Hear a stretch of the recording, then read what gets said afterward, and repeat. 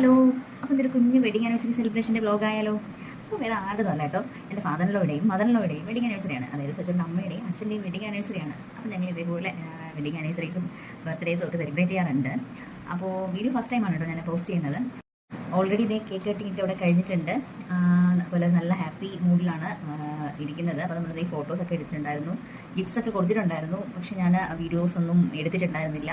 എനിക്ക് വീഡിയോസ് എടുത്തത് കിട്ടിയിട്ടും ഉണ്ടായിരുന്നില്ല. അപ്പോൾ ഞങ്ങളുടെ അടുത്ത ഘട്ടത്തിലേക്ക് കടന്നിട്ടുണ്ട്. ഡാൻസാണ്. ഞങ്ങൾ ഇങ്ങനെയൊക്കെ ചെറിയ ചെറിയ രീതിയിലൊക്കെ നമ്മൾ സെലിബ്രേറ്റ് ചെയ്യാറുണ്ട്. ഓൾറെഡി ഞാൻ പറഞ്ഞില്ല, വീഡിയോസ് ഫസ്റ്റ് ടൈമിലാണ് ഞാൻ പോസ്റ്റ് ചെയ്യുന്നത്.